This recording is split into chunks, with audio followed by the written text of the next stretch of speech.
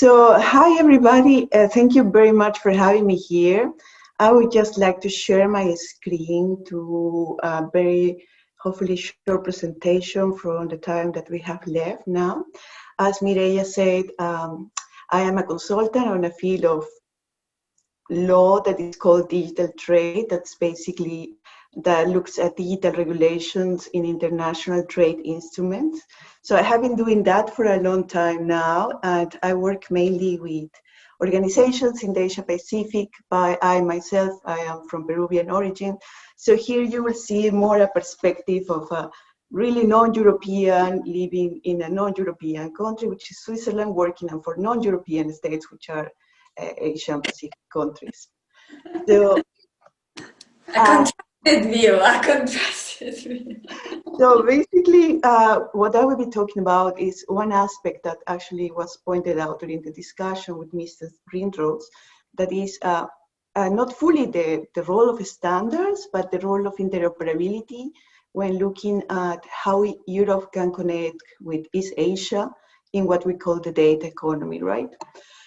And as you can see from this graph, it seems that the world is borderless, that we can connect with everybody anywhere in the world. And this is what the World Trade Organization has changed, has named the changing landscape of trade. So the way we trade has changed, it's online. Anyone can trade. Right now I'm involved in a project trying to help micro and small medium-sized enterprises in countries such as Laos or Bangladesh. And those companies can actually trade with the rest of the world if they join some platforms. So they have a bigger market to look at. And also what is traded is probably what has changed the most is data. And perhaps you may think that trade looks this way right now. So we ship parcels from here and there. So we shop online and we shop from the United States or from Asia, and we just get our packages, right? But even if you see here in this figure, the size of these packages is quite standardized. So you cannot have a huge package and small ones because they kind of have to fit together through a trading route so they can be delivered. And then you see the efficiencies of transporting in this way. And now you may think, okay, so that was traditional trade. What about now? We have, for instance, the first image is a Tesla car in China. So that's an American company in China. You have Spotify in what you will call, what before was traditionally trading goods, that we buy CDs and then we consume them at home. But now we just download it. That's a digital transmission, so that's also trade. We have WeChat. WeChat has many, many services, so I think probably you know. We have Amazon in China, which is an American company. Okay, it's not very successful in China, but it still has the opportunity to offer services there.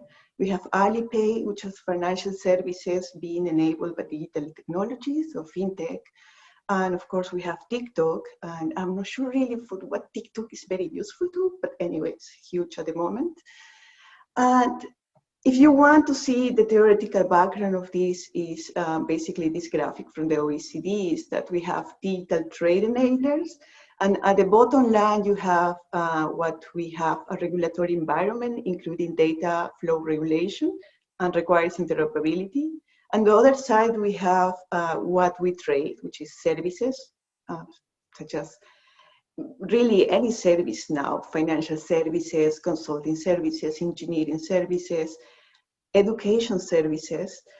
We have goods as well, so as the car, but the car itself is interconnected. So it still collects a lot of data from the roads that it drives to.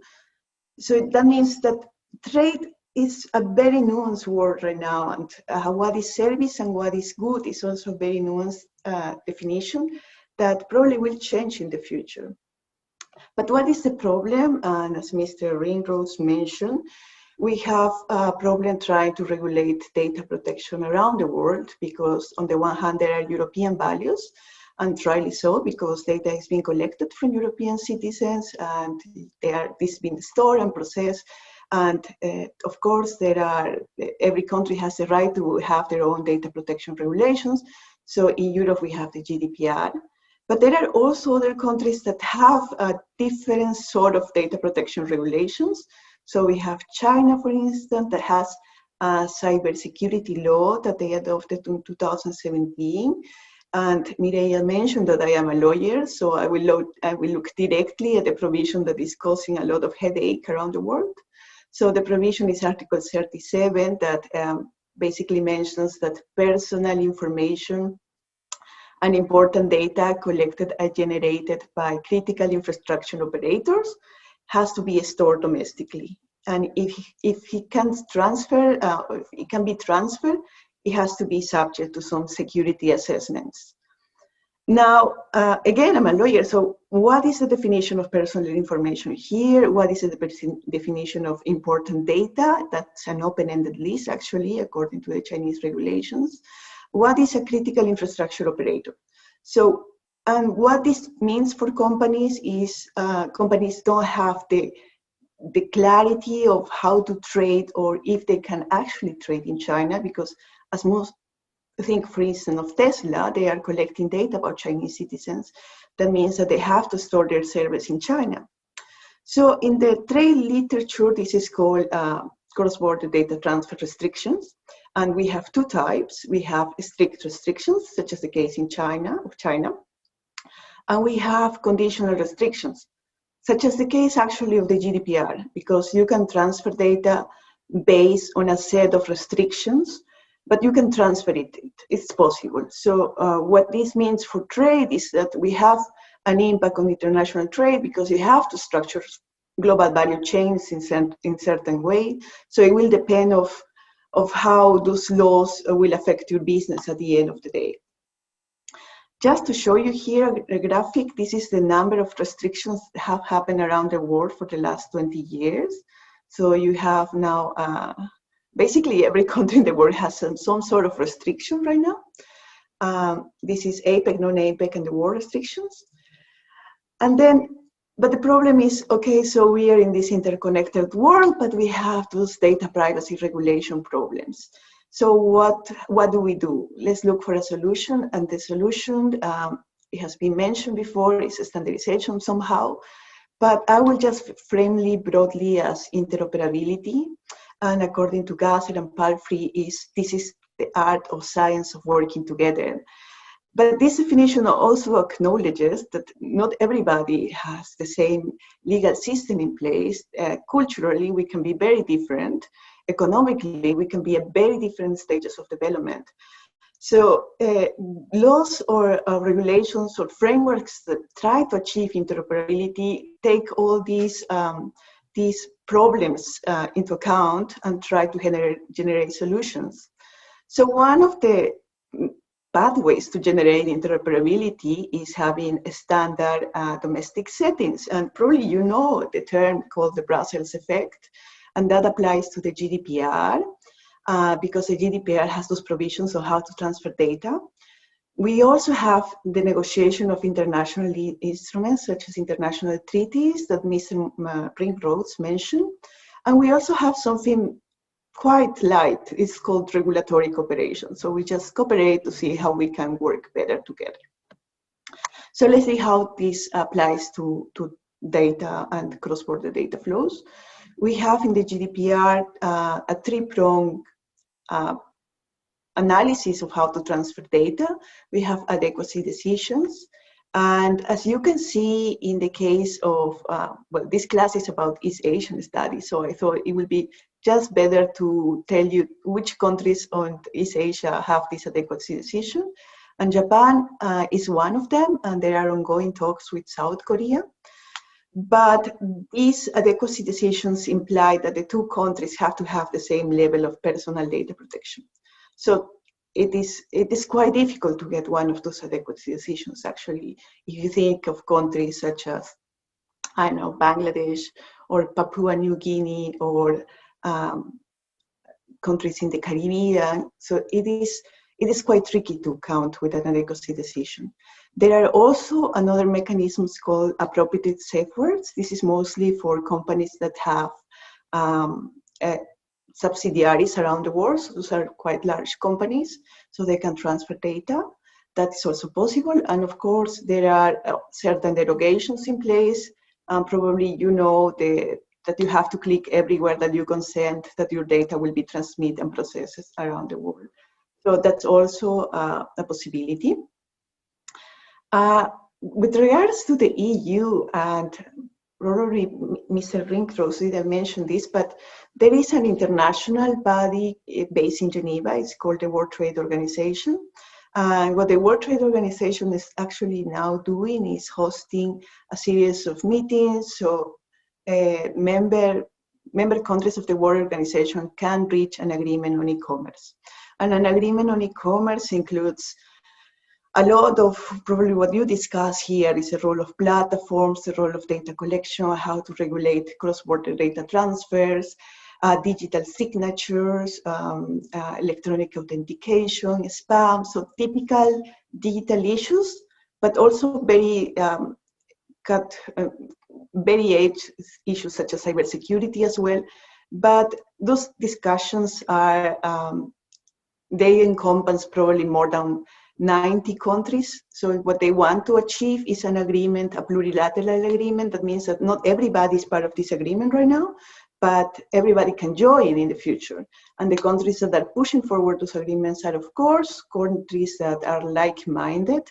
So countries such as the EU and the US and Japan, right? So the EU proposal for this agreement on cross-border data flows basically mentions that we should allow cross-border data flows. And those should not be restricted. And so this is basically telling what China is doing.